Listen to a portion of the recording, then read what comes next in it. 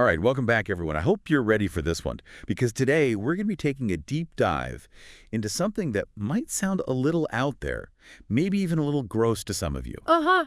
Yeah, I can imagine some raised eyebrows out there. We're talking about, get ready for it, fecal microbiota transplantation. Or, as it's more commonly known, FMT. Exactly, FMT. Mm. Now, you might have heard of this before, maybe in connection with, like, gut health, right?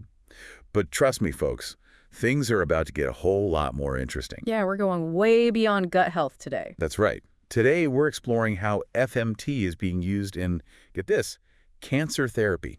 Pretty wild, huh? It really is. It's actually a rapidly developing area of research with some really promising potential. So before we get too far, I guess we should probably do a quick recap for anyone who's not totally up to speed on the whole microbiome thing. Sure. Sounds good. So basically, we all have trillions of bacteria living in our gut, and they make up what we call the gut microbiome. This microbiome, it plays a huge role in our overall health. And when it gets out of whack, like when there's an imbalance of good and bad bacteria, that's what we call dysbiosis. Right, and dysbiosis has been linked to a whole host of health problems. Oh yeah, you name it. Inflammatory bowel disease, heart disease, diabetes, even some mental health conditions. And as we're going to talk about today, it's also playing a role in how our bodies respond to cancer treatments. Exactly. So that's where things get really fascinating, right? Because researchers are starting to see this connection between the gut microbiome and how well people respond to certain cancer therapies, particularly immunotherapy.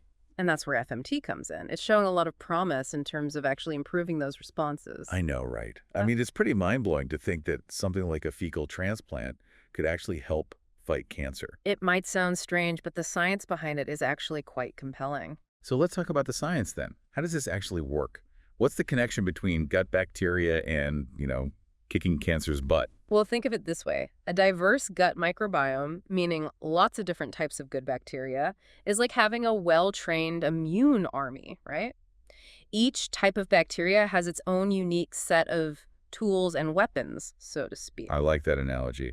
A well-armed immune army. And this army is constantly on patrol, recognizing and attacking threats, including cancer cells. But when the microbiome is out of balance, when it's not diverse enough, it's like that army is weakened, less effective at fighting off those threats. Ah, I see. So it's kind of like having a bunch of different soldiers with different skills as opposed to like just a bunch of foot soldiers. Exactly. You need that diversity to be truly effective. So then FMT comes in and it's like bringing in reinforcements for the weakened army. Exactly. You're essentially transplanting a healthy, diverse microbiome from a donor into the patient, and that can help boost those beneficial bacteria and, in turn, strengthen the immune response.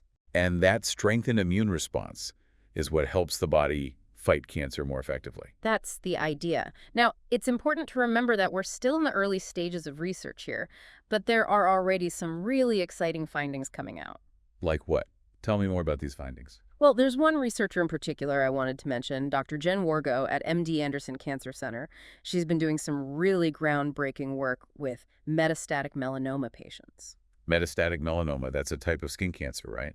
And metastatic means it's spread to other parts of the body. That's right. And she's been looking specifically at how the gut microbiome impacts their response to immunotherapy, particularly drugs known as anti-PD-1 checkpoint inhibitors. Oh yeah, I've heard about these immunotherapy drugs. They basically help the immune system recognize and attack cancer cells more effectively, right? Like taking the brakes off the immune system. That's a great way to put it. And what's fascinating is that Dr. Wargo has found that patients with more diverse gut microbiomes tend to respond much better to these checkpoint inhibitors. In fact, in some of her studies, she's actually found that the presence of certain bacteria, like Bifidobacterium longum and Collinsella faecalis, was associated with improved outcomes, meaning patients lived longer and had better tumor control. Wow, that's amazing. So basically, having the right gut bacteria could be a key factor in whether these life-saving cancer treatments actually work. It's certainly looking that way, and that's where FMT comes in, right? By transplanting fecal matter from a healthy donor, the idea is to essentially reset the patient's microbiome, boosting those beneficial bacteria that can help enhance the immune response to therapy. I know we've said it before, but it's just wild to me that we're talking about poop transplants as a potential cancer treatment. It's like something out of a science fiction novel. I know, right? It definitely takes some getting used to. But, it's important to remember that this isn't just some wacky idea. There's real science behind it, and the initial results are very encouraging. So what's next for FMT in cancer therapy? What are some of the potential future applications? Well, beyond melanoma, researchers are starting to explore its use in other types of cancer as well, including lung cancer, breast cancer, even some blood cancers. And then there's also the possibility of using genetically engineered bacteria in FMT to create even more targeted and effective treatments. Yeah. It's a really exciting field with a lot of potential. It's incredible to think that we've gone from thinking about the microbiome mainly in terms of digestion to potentially using it to fight cancer. Yeah, it really speaks to the power and the complexity of the microbiome and how much we still have to learn about it. So much we don't know. I mean, it makes you wonder what other surprises are hidden within this vast microbial world inside us, right? Absolutely. I think that's a great question to leave our listeners with.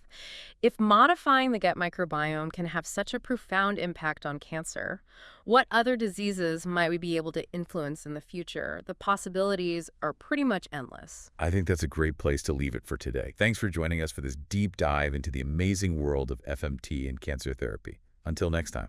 Thanks for having me.